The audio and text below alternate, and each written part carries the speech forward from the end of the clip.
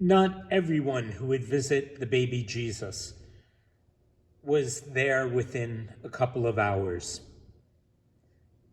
There was one group that took a long time to get there and didn't even know where they were going.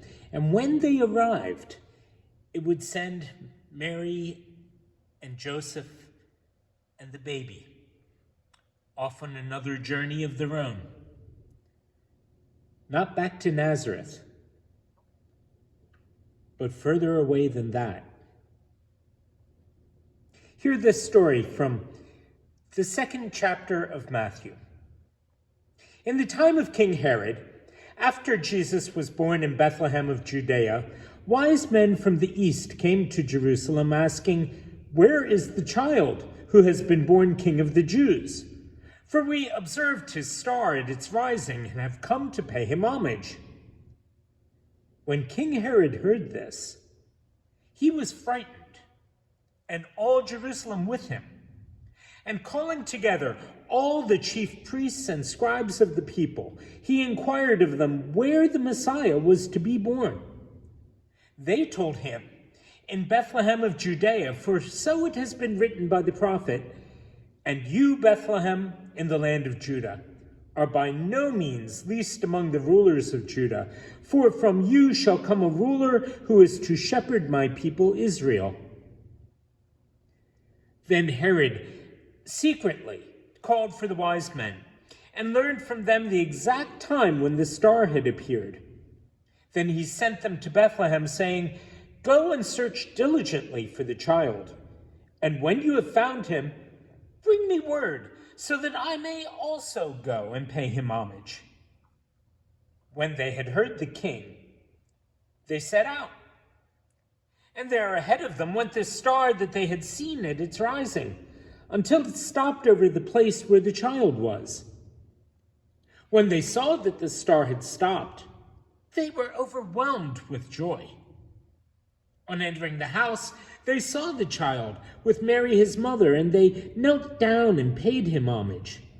Then, opening their treasure chests, they offered him gifts of gold, frankincense, and myrrh.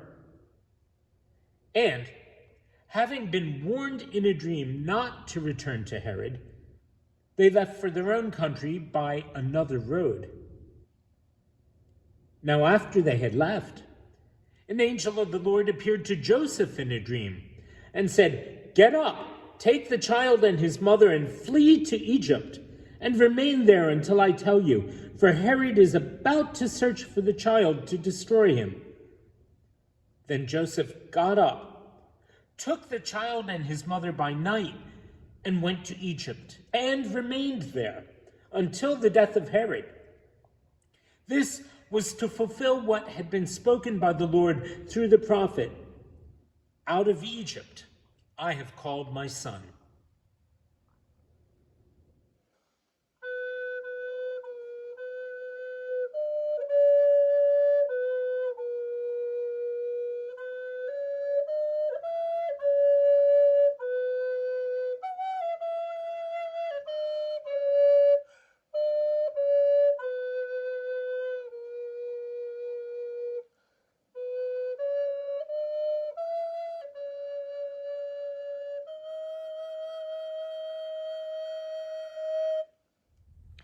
Way back in 2022, the choir performed a Christmas cantata, one that was organized around the times that an angel had appeared to someone in the story of Jesus' birth and given them a message from God. One of those people was a carpenter from Nazareth, a guy named Joseph. And Joseph was always, no, not always, but more than once, he was visited by an angel in a dream. Dream. And the angel would give him a message from God. Joseph was always listening. And if you're always listening, you may always be hearing. And he had the knack of listening to his dreams. Now, I personally have not worked out a sort of systematic personal theology of dreams. And I have not really looked in any serious way at what psychologists or neurologists would tell us about what a dream is, or how it happens, or why it is that some dreams touch us more than others. But my general attitude, I think, is not far from what I've heard some of them say,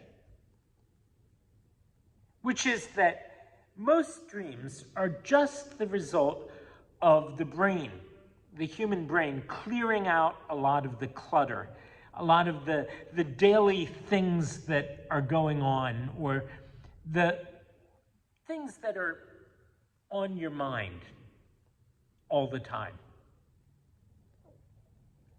I knew today that I was going to be having a couple meetings by Zoom. And last night, don't you know it, I dreamed a little bit about Zoom. I don't remember what I dreamed. I just remember that there was a computer in it which was about to be used for a Zoom meeting, and I was trying to get it started. I don't even remember whether it worked or whether it didn't. All I know is that was a part of the dream, because that was something that was on my mind. And I believe that when something serious or persistent is on somebody's mind, whether it's something good or something bad, something exciting, something scary, it can often show up in their dreams. Now, that's not rigorously scientific. It's just my observation, and it's based on what I've heard other people say, and I think it makes perfectly good sense to treat it as a universal human trait. So I would say that if there is something, whatever it might be, that is really deeply, deeply affecting you on a day-to-day basis, something that is, as we say, on your mind, something that you might find yourself praying about and asking God's guidance about, it just might be very well that in the middle of the night, when your brain is running over all this kind of stuff, even if you're not aware of it, that those things may be sorting themselves out in an understandable way, or forming themselves into a coherent message. And I'll even push it further and say that it makes sense to me that if God is going to speak to someone, that might be just the best time, and for some people, the best way to do it. Now, dreams being dreams, I would suggest that it's important to check through with somebody else, more than one person if possible, before acting on anything that comes to you in a dream. Because what could be there is simply a projection of some sort of impulse or some sort of pre-existing inclination. Just because it's memorable doesn't mean that it's God speaking. But back to Joseph and to what was going on with him. I can't believe that when Joseph found out Mary was pregnant and was trying to decide what to do about it, that he didn't already have it on his mind day and night. And the first time we meet him in the book of Matthew, that's what's going on. And he goes to sleep, and an angel of God speaks to him in his dream and says, marry the girl. What she's telling you is true. And he does. And I cannot believe that Joseph didn't already have it in his mind months later when he was there in Bethlehem, and months after that when the baby was beginning to grow. I can't believe that it wasn't on his mind that when these strangers who came out of nowhere, these magi, these astrologers from the east, and when they appeared out of nowhere and said that they had been to see Herod and that Herod had sent them to Bethlehem, that Joseph didn't already have it running through his mind constantly that things were not just going to settle down, and that Herod would be a problem. Everybody knew that Herod would be a problem. And when these strangers who appeared were asking for a king, that almost guaranteed that Herod would get involved. He did not take the idea of there being another king in the neighborhood lightly or react at all favorably.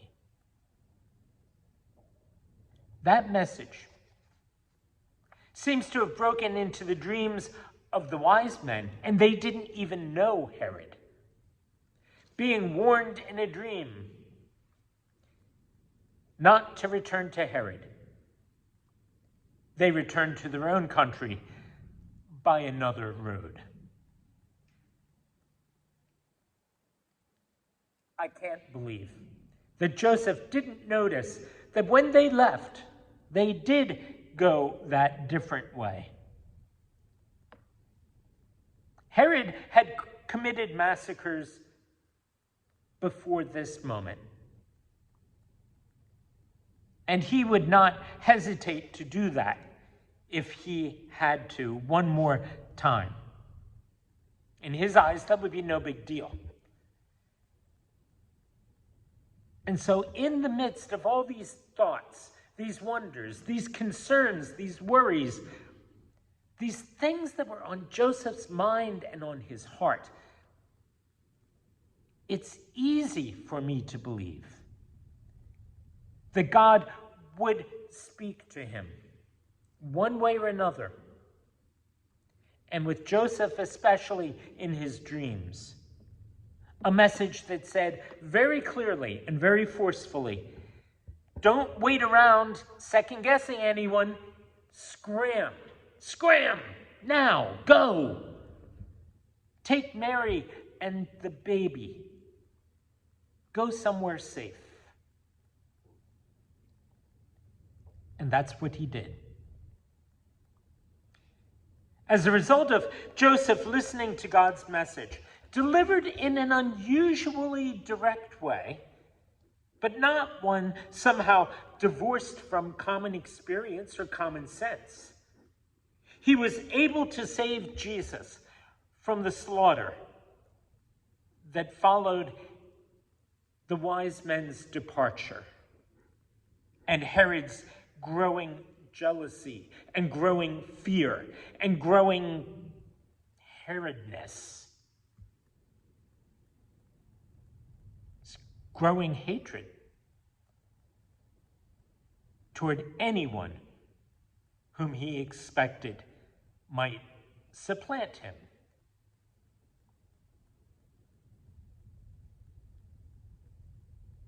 Joseph,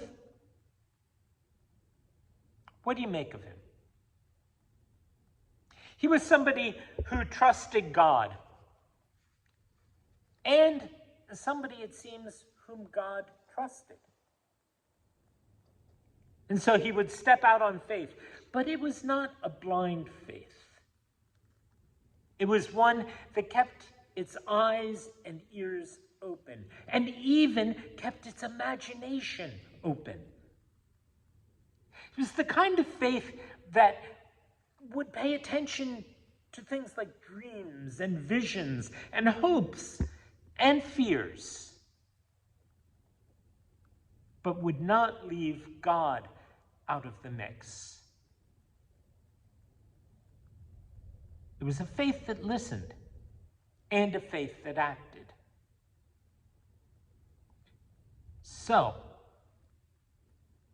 let me use Joseph's faith as an example to explain what we deal with in a local church. To explain what we can learn and how we can live in a time of great confusion and uproar. And I don't think it's pushing it to use even that word, uproar. To a time when churches are trying to figure out what to do and how to do it. I'll be blunt. It's no secret that local churches across North America, Canada, as well as the United States, and I don't know as much about Mexico, but certainly those. They're dealing with some very difficult circumstances right now. The pandemic, I hate to keep talking about it, but it has been a fact of our lives. And one of the things that it did is that it accelerated a sort of downward spiral or a slump. Let's call it a slump. That doesn't sound as horrible. A slump that was present before the emergency began. The causes of that slump are many and varied. And if you want to get into a totally pointless and frustrating experience, I can start listing what those many causes might be. And you can add a bunch of them on your own. But I don't want to do that. And even if I did, a sermon probably wouldn't be the place to do it. That's something more for a discussion than for this kind of online kind of thing where you can't even hold up your hand and say, wait a minute, or stop me at the church door and say, I disagree, or you forgot about, or what about? Churches, you see, that's part of the disruption we're dealing with. The give and take that can only happen face to face, for many people, is lost. And you can send me comments. I welcome them. But it's even better to be able to talk things over with me or with one another and say, hey, that didn't make much sense. Or, oh yeah, and you forgot about this too. We have a lot of things going on that we're dealing with. Falling worship attendance, less people in the Sunday school, less baptisms, trying to maintain facilities properly. Those are just things that every church I know is kind of working with right now, all over the place. And I must add this. They're happening in churches of all theological flavors. I've heard people say, well, that's those liberal mainline churches. No, it's happening everywhere. In conservative, moderate, liberal, use whatever terms you want, none of which are actually entirely accurate. But whatever terms you use, they're all dealing with it. And it would be easy to get trapped in the attention that those things cry out for. The same way that a sleeper's mind can wrap itself around the oddest detail of the strangest dream and then wake up in the morning with the confusion that follows them for the entire day with that one or two little details kind of nagging like a mosquito bite. But the real problem that the church in North America and in Europe and in Australia and in other places too, though to a less extent, that problem is a broader picture of which the numbers are a symptom, a detail, a signal. And the problem is not, I'll say it, it's not a problem of the church as much as it is a problem for the church. The problem is a problem of the world. And we as the church are here for the world, not for ourselves, but for others. And so what goes on there affects us. And it's up to us to figure out how to handle things. That problem that I'm referring to is a widespread turning away from faith, any type of faith, any whatsoever. A growing, let's use the word secularism, that divorces life really from its richest, deepest aspects. The spiritual element.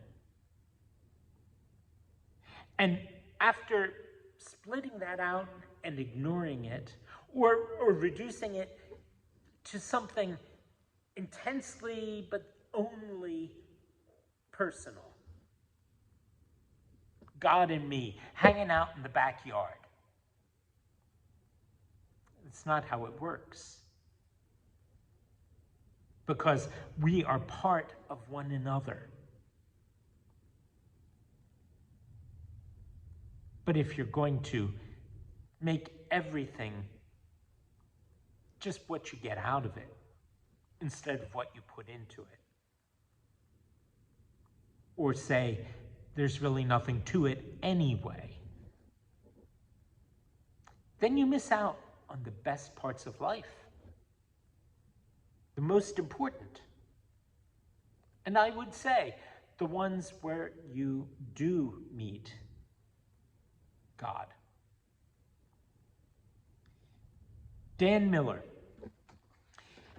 formerly a Southern Baptist minister, presently professor of religion and social thought at Landmark College, has expressed the situation just a little bit too eloquently, if you ask me, in a discussion about the so-called war on Christmas that's always being pushed by some people on the radio or online. He says this: Most people who do not share your religious views do not spend their time focusing on you and your religious views. No one cares about the days that they have their religious observances or about what they're observing or any of that. Generally speaking, these secular, godless Americans don't concern themselves with the religious observances of American Christians, or really any other kind of religious Americans. They have other stuff to do, folks. Unquote. I suppose you could say, I, as a Christian, really don't spend a whole lot of time wondering about what's going on with the Hindus in my neighborhood. Oh, I might think of them as individual people, but the Hindu community, will it last into another generation as something other than a cultural club? And honestly, I really hope and pray that the important parts of what goes on that are cultural, that are a part of somebody's heritage, that help connect people to their families, their history, their deep history. I hope those things last. But I would hope that the spiritual aspects of it transfer to one true God instead of other false ones. Yeah, I do care. But do I care whether someone wishes somebody else a happy Diwali or not? Well, if they celebrate it, I might wish them a happy one. It's complicated, isn't it?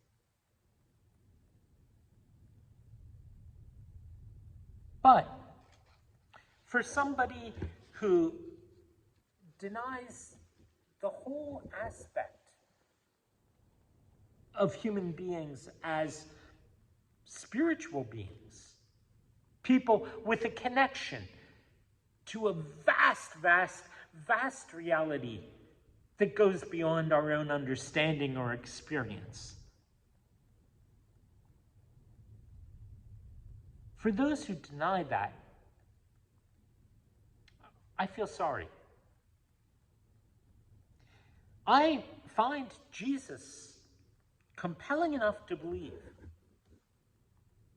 that he can make a difference for the better in each and every single human being's life in a way that nobody else can or does.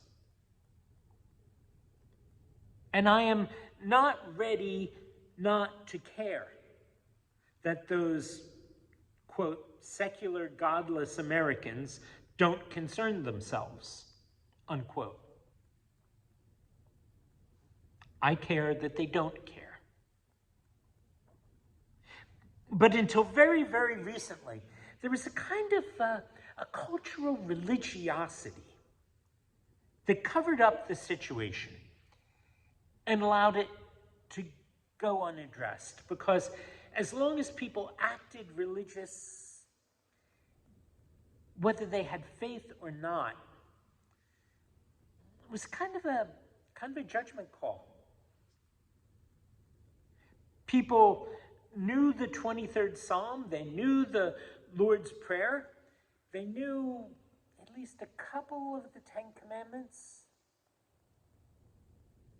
but they don't now. When I get called to do a funeral for someone who had no formal church affiliation somewhere, and the people gather together,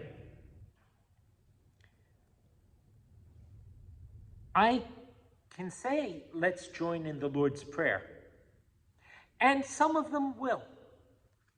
But I can also guarantee that there will be people there who have, they know it's the Lord's Prayer, but they don't know all the words. When I'm in church and it's a church funeral, I can say, will you please join me in the 23rd Psalm? The Lord is my shepherd, I shall not want. And a bunch of people will join in. There's a certain basis that was there culturally. And that means that there continues to be a certain basis. But culturally, it's going away or gone. But for those with faith, it continues. And its meaning grows deeper and stronger and more vibrant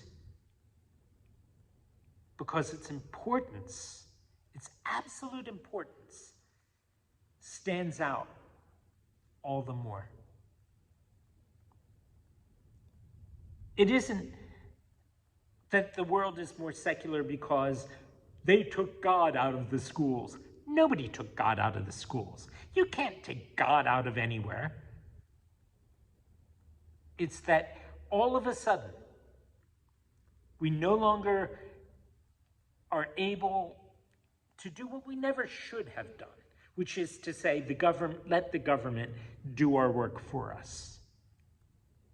It's up to the church to do the work of the church. Just as it's up to the government to do the work of the government.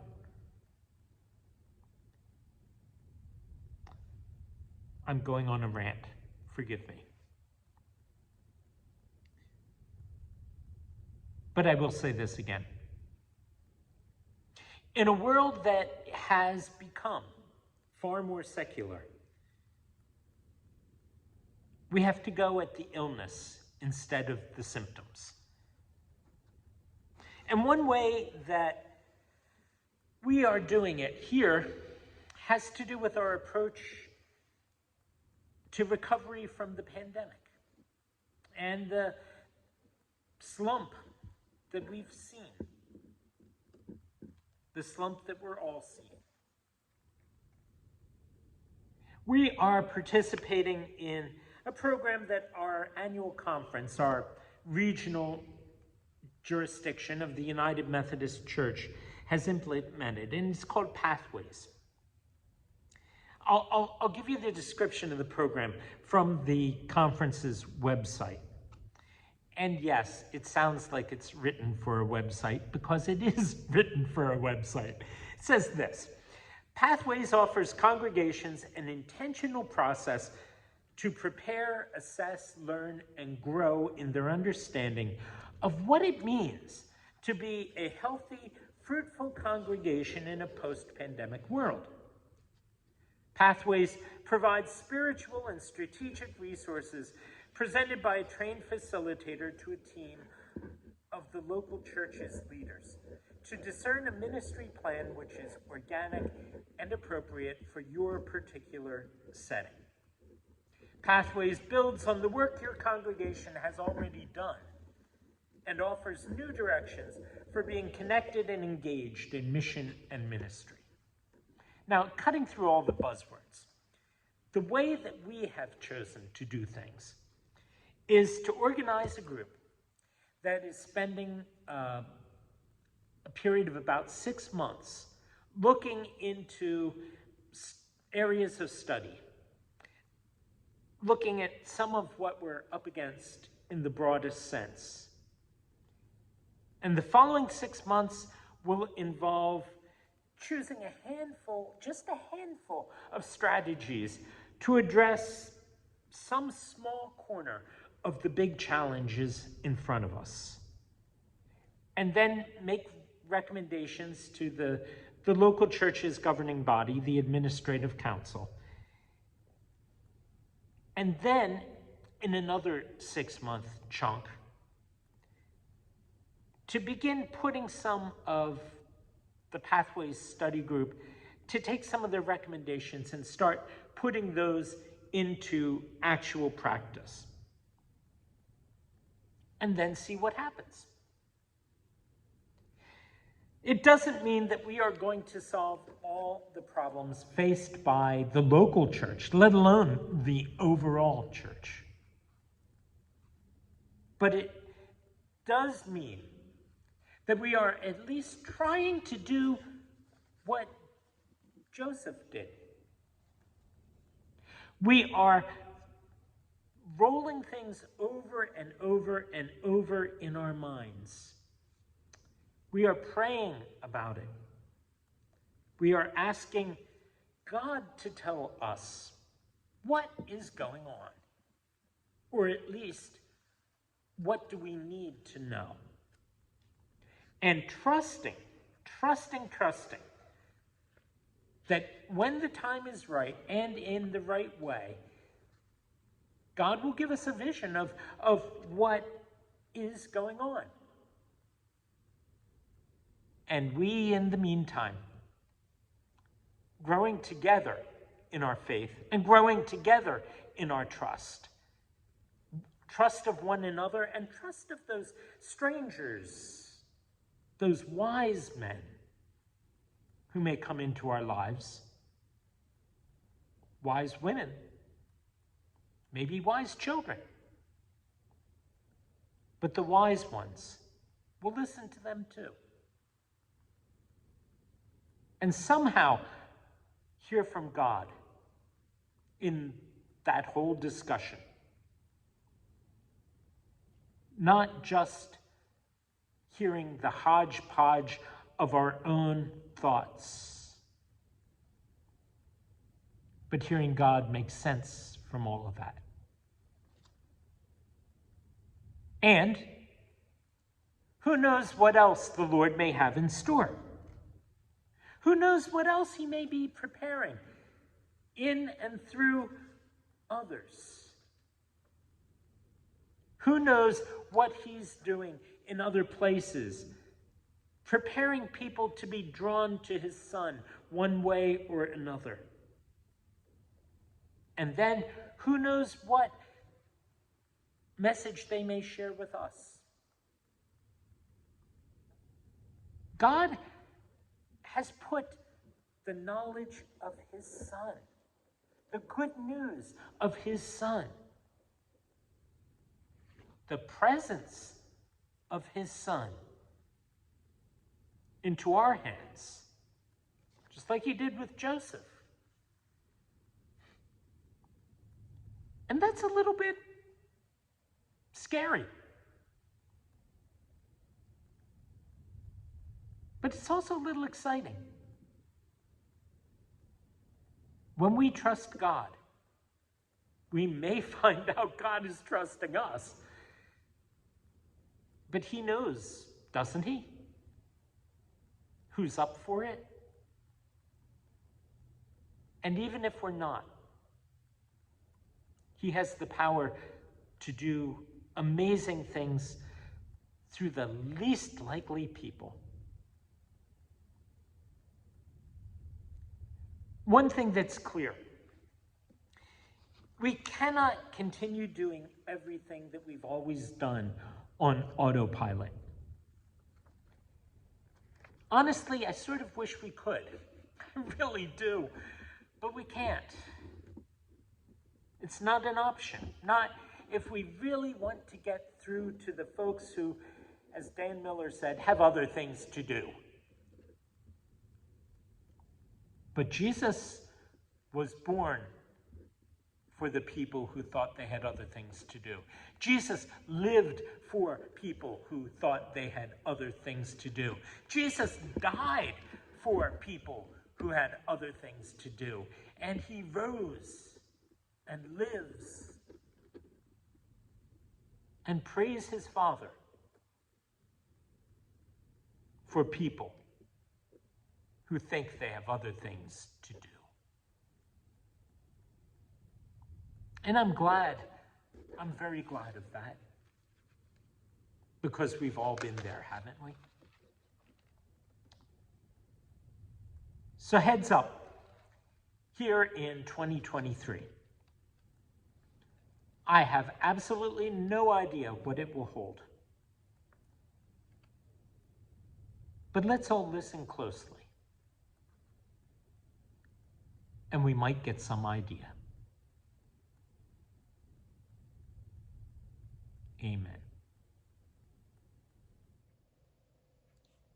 O God of heaven, you trusted your Son into the hands of Mary and of Joseph. And you trust us, who bear his Spirit, to go into the world in his name and for his glory and in his honor. May we do so serving him in all things, loving as he loved, trusting as he trusted, giving as he gave, and showing you in every moment of life through the blessing that is ours in him, and in you and in his Spirit. Amen.